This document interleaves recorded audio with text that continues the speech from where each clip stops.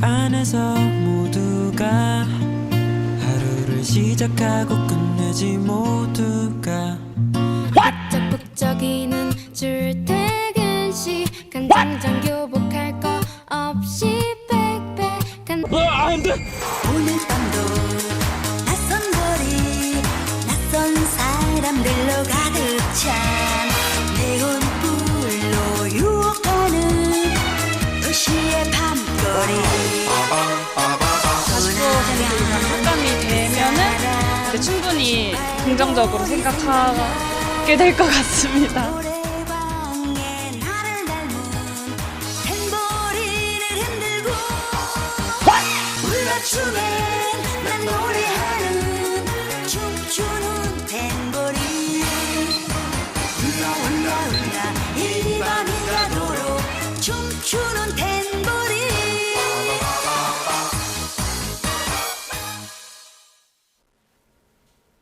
한 달에 교통비 얼마 쓰십니까? 서울시가 한 달에 6만 5천 원만 내면 서울 시내버스, 마을버스, 지하철, 따릉이까지 무제한으로 이용할 수 있는 전용 교통카드를 내놓기로 했습니다. 이름하여 기후 동행카드. 느낌 오시죠? 기후를 위해서 자동차 대신 대중교통을 많이 이용하라는 취지입니다. 그런데 경기도와 인천, 코레일까지 반발하고 나섰습니다. 구체적인 내용 전문가에게 들어보죠. 아주대 교통시스템공학과 유정훈 교수 연결합니다. 교수님 나와 계시죠? 네, 안녕하세요. 예, 서울시가 이제 내년 1월부터 시범 운영하기로 한 무제한 이용 교통카드, 이름이 기후 동행카드입니다. 이게 어떤 혜택이 있고 취지가 어떻습니까? 네, 앞서 이제 기사 나온 대로 한 달에 6만 5천 원만 내시면은요, 뭐 시내버스, 그다음에 마을버스, 뭐 지하철, 뭐 따릉이까지 무제한 이용할 수 있는 그런 카드입니다. 예. 그래서 뭐 매일 이렇게 버스나 뭐 지하철처럼 이용하시는 분들 같은 경우는 상당한 비용 절감 효과가 있습니다. 예.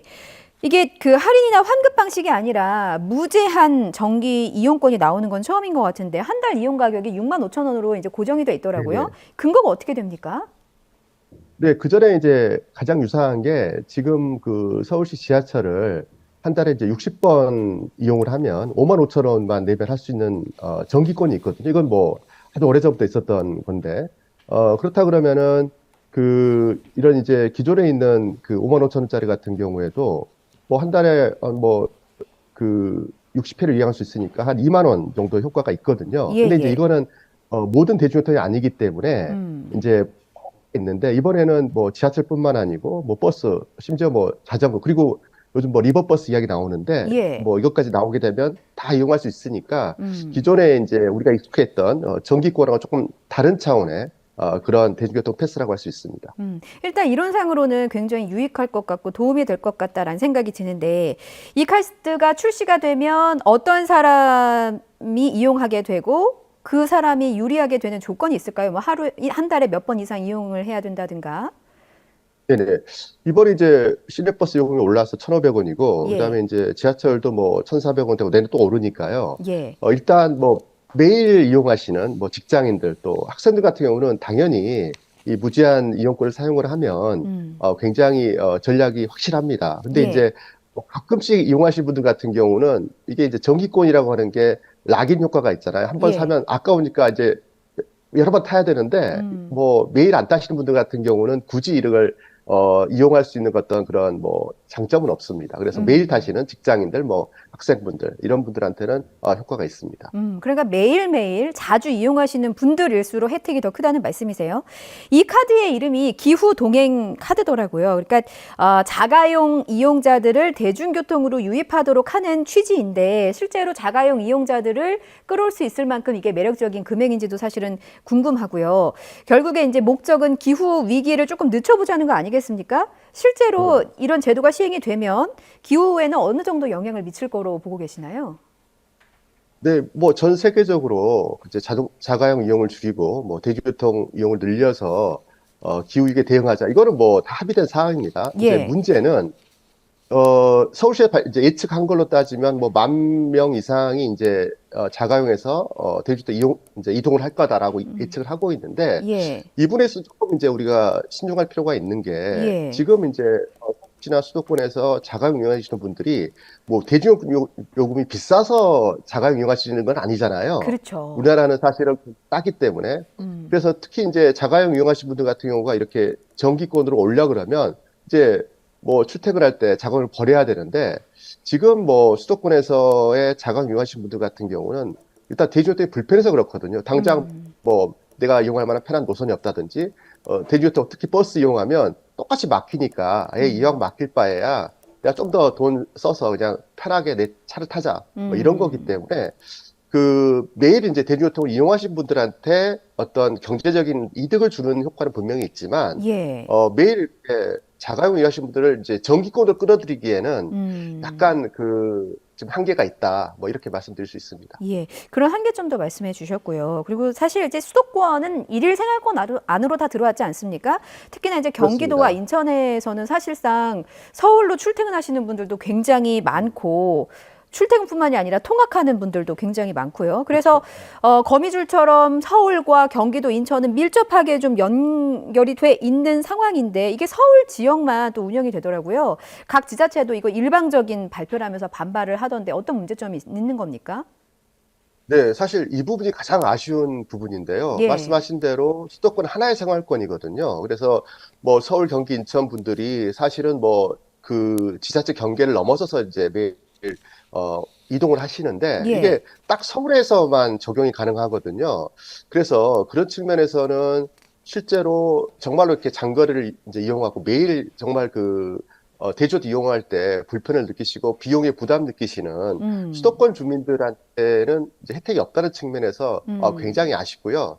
이제 그런 측면에서 조금 그 서울시 단독으로 이렇게 진행하는 게 아니라 당연히 경기 이천과 하나의 생활권으로 묶여 있는 이 세 개 지자체가 서로 합의를 해서 가장 좋은 어떤 방안이 나왔으면 하는 그런 안타까움이 있습니다. 예. 좀 하나 더 저도 궁금한 점을 더 여쭤보자면 지금은 이제 뭐 경기도나 인천에서 서울로 넘어올 때 환승 혜택이라는 것도 있잖아요. 근데 만약에 서울에서만 쓸 수 있는 기후 동행 카드가 이제 시행이 된다면 이 환승 시스템은 어떻게 적용이 될지도 좀 궁금하기도 하고 서울 시내 안에서도 뭐 경의중앙선, 분당선, 경춘선, 우이신설선 뭐 이렇게 그 왔다 갔다 하는 게 너무 많아서 이런 이용은 또 어떻게 되는지 이용자로서 너무 궁금할 것 같습니다. 네, 뭐 단순히 생각하시면은 서울 시내에서 타고 내리는 거에만 혜택이 있다라고 보시면 될 것 같습니다. 뭐 이제 경기도로 가는 광역버스 당연히 혜택이 안 되고요. 그다음에 이제 우리 수도권 전철, 그러니까 제가 뭐 경기도나 인천에서 타서 서울에 내리는 그런 통행에도 적용이 안 됩니다. 예. 이제 이 부분이 정말로 안타까운데요. 사실 2004년도에 서울에서 이제 버스 체제 개편을 하면서 환승 요금 할인제가 되고 2007년도에 수도권 전체가 이제 우리가 환승할 때 환승 무료로 해주는 이런 수도권 통합요금제가 시행이 됐거든요. 그래서 지금 수도권 주민들 같은 경우는 이런 수도권 통합요금제로 인해서 굉장히 많은 어떤 혜택을 받고 있습니다. 이제 그런데 이런 수도권 통합요금제 하에서 서울만 단독으로 이렇게 정기권을 이제 하게 되면 무제한 이용을 하게 되면 이게 실제로 수도권 통합요금제와 충돌도 좀 생기고요. 그다음에 상대적 박탈감이 당연히 있죠. 뭐 경기도에 서울에 이렇게 출퇴근하시는 분들도 뭐 학교 다니는 학생들 같은 경우에 뭐 그 서울에 살지 않는 이유만으로 우리는 더 비싼 요금을 내고 다닌다 이런 부분에 예. 있어서는 좀 굉장히 안타깝습니다. 서울 시민 중에서도 경기도와 인천을 왔다 갔다 하시는 분들도 많아서 이분들도 좀 소외될 것 같다라는 생각이 듭니다. 시민의 입장에서 보면 일단 이제 수도권으로 다 확대만 된다면야 더없이 좋을 것 같아서요. 혹시 이게 서울시를 넘어서 확대될 가능성에 대해서는 어느 정도로 보고 계십니까? 또 이 부분이 또 충돌이 생기는 게 예. 얼마 전에 이제 중앙정부, 이제 국토교통부에서 KPS라는 제도를 발표를 했습니다. 이제 그래서 이제 내년에 시행이 되는데, 예. KPS도 굉장히 아주 이해하기 쉬운 그런 구조로 되어 있습니다.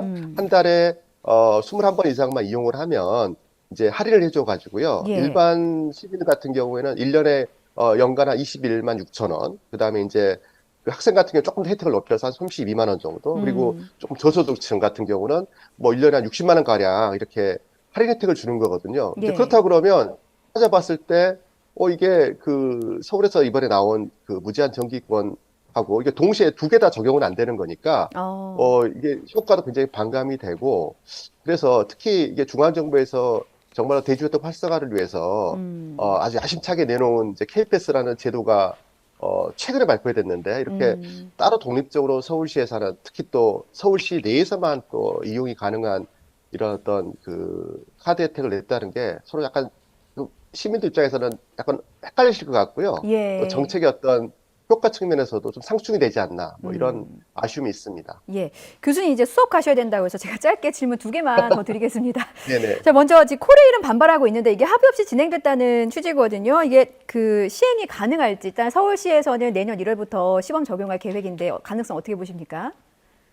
네, 뭐 경기인천 반발은 이와 똑같습니다. 이제 코레일 같은 경우는 수도권에 지하철 1호선, 3호선, 4호선도 같이 이제 운영하는 구간이 있고요. 예. 또 특히 뭐 굉장히 많이 이용하시는 경의중앙선, 분당선 같은 경우에는 이게 코레일과 협의가 돼야지 서로 그렇지 않아도 지금 이제 수도권 통합요금제로 매년 서로 이렇게 돈을 이제 그 나누는 데 있어서 문제가 복잡하거든요. 예. 근데 이렇게 이런 이제 무제한 카드가 들어오게 되면 아마도 이게 서로 어떻게 돈을 정산할지 이 부분도 전혀 지금 뭐 답이 안 보이거든요. 예. 그래서 반발하는 건 당연합니다. 예, 충분한 어떤 협의가 선행됐어야 합니다.